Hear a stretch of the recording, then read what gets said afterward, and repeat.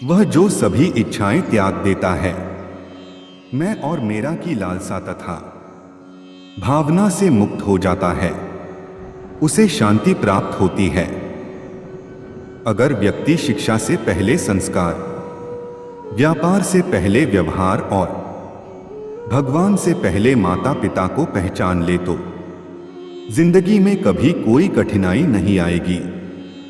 फल की अभिलाषा छोड़कर कर्म करने वाला पुरुष ही अपने जीवन को सफल बनाता है। भगवान श्री कृष्ण कहते हैं, स्वार्थ से रिश्ते बनाने की कितनी भी कोशिश करें, वो कभी नहीं बनते हैं, और प्रेम से बने रिश्तों को कितना भी तोड़ने की कोशिश करें, वो कभी नहीं टूटते। जीवन में समय चाहे जैसा भी हो, परिवार के साथ रहो। सुख हो तो बढ़ जाता है और दुख हो तो बट जाता है।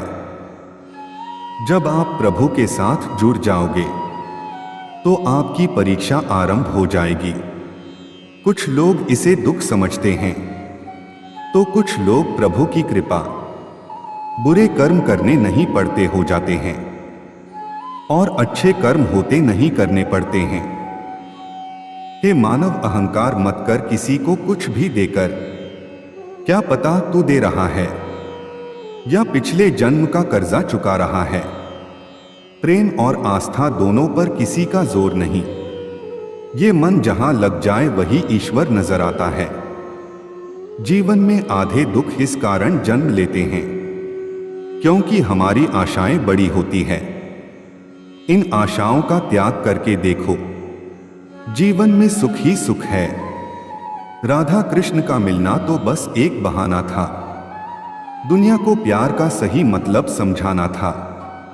राधा ने श्री कृष्ण से पूछा, प्यार का असली मतलब क्या होता है? श्री कृष्ण ने हंसकर कहा, जहां मतलब होता है वहां प्यार ही कहाँ होता है। जीवन ना तो भविष्य में है और ना ही अतीत में। जीवन तो बस इस पल में है, केवल इस पल में। प्रेम एक ऐसा अनुभव है जो मनुष्य को कभी परास्त नहीं होने देता, और घृणा एक ऐसा अनुभव है जो मनुष्य को कभी जीतने नहीं देता। लोग कहते हैं अपनों के आगे झुक जाना चाहिए, किंतु सच बात तो यह है, जो अपने होते हैं वह कभी झुकने नहीं देते। इस संसार में मूर्ख व्यक्ति, अधर्मी, अज्ञानी व नास्तिक प्रकृति का व्यक्ति मेरी शरण स्वीकार नहीं कर सकता। जीवन में आधे दुख इस कारण जन्म लेते हैं क्योंकि उनसे आशाएं बड़ी होती है। इन आशाओं का त्याग करके देखो, जीवन में सुख ही सुख है। जो दूसरों की तकलीफों को समझते हैं, जिनमें दया है, दिल से अच्छे हैं, उन्हें दोबारा जन्म लेना नहीं पड़ता। यदि कोई व्यक्ति प्रेम से, भक्ति से पुष्प, फल, जल भी मुझ पर चढ़ा दे तो उसी भाव से उसे स्वीकार करता हूं, वह मेरा प्रिय भक्त होता है।